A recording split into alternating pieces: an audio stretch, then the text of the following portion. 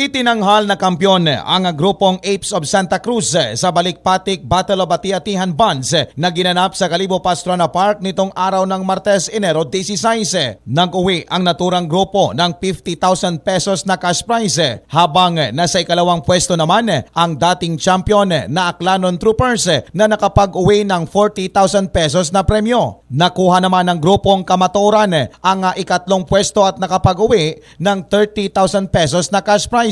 Samantala, napunta rin sa grupong Apes of Santa Cruz ang mga special awards na Best in Costume at Most Jolly Group na may tig 10,000 pesos na reward.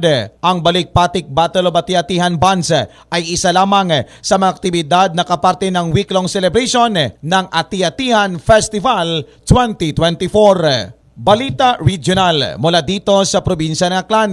Ako si K5 Leonard Viray. Para sa kampyon sa serbisyo publiko at kasiyahan sa bawat Pilipino, ang kampyon na istasyon K5 News FM.